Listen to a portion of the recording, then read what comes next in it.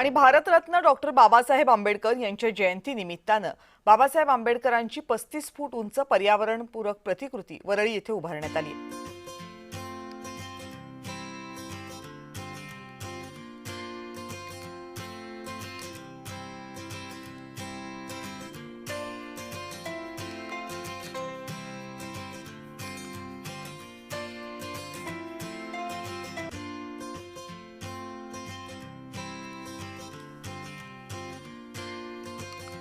आणि बाबासाहेब आंबेडकर यांच्या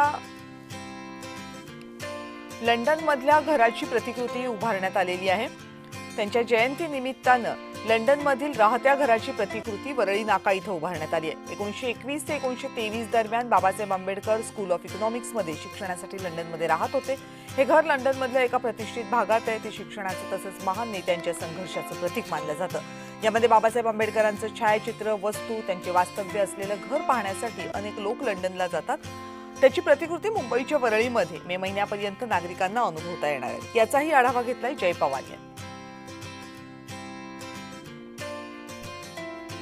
भारतरत्न डॉक्टर बाबासाहेब आंबेडकर यांच्या आज जयंतीचा उत्साह हा राज्यभरच नव्हे तर देशभरात पाहायला मिळत आहे। या अनुषंगाने विविध ठिकाणी खरं तर अनेक उपक्रम जे राबवण्यात येताना पाहायला मिळतात। याच प्रमाणे खरं तर वरळीच्या या ठिकाणी वरळी नाक्यावरती आपण पाहिलं तर या ठिकाणी बाबासाहेब आंबेडकर यांची 35 फूट उंच पर्यावरणपूरक प्रतिकृती जी आहे ते या ठिकाणी उभारण्यात आल्याची पाहायला मिळते। आणि या ठिकाणी खरं तर नागरिकांना जे आहे ते येऊन आपल्या बाबासाहेब आंबेडकर यांच्यासोबत फोटो काढण्यासुद्धा मिळावा असा सेल्फी पॉईंट सुद्धा वरती जो तो उभारण्यात आलेला आहे। ही संकल्पना एकूणच आपल्या या मंडळाला कशी सुचली आणि नेमकं ही मूर्ती किती दिवसात बनवली गेली या संपूर्ण गोष्टी जाणून घेण्यासाठी आपल्यासोबत या ठिकाणचे काही स्थानिक आहेत। आपण त्यांच्याकडनं संपूर्ण गोष्टी जाणून घेणार आहोत। सर, एकूणच कशा पद्धतीने ही मूर्ती आपण घडवली किंवा बनवली ही प्रतिकृती, त्यानंतर किती दिवस ही मूर्तीचं ते बनवण्यात आपल्याला लागले?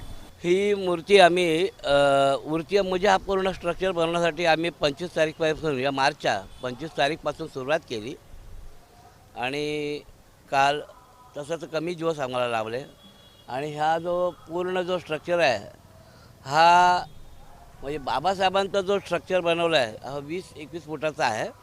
आणि तो संपूर्ण स्ट्रक्चर हा बांबू, कागद, गम या माध्यमातून आम्ही बनवलं ते। आमचा जो तरुण तडफदार मुलगा म्हणजे कार्यकर्ता आहे मंडळाचा, त्यांनी एक संकल्पना दिली आहे की असं असं करूया आणि सर्व मुलांनी त्यावरती कार्यकर्त्यांनी आणि मुलांनी सगळ्या मेहनत करून आज हा देखावा इथं उभा आहे। व्हिडिओ जर्नलिस्ट मनोज सोलंकीसह मी जय पवार, जय महाराष्ट्र न्यूज, मुंबई।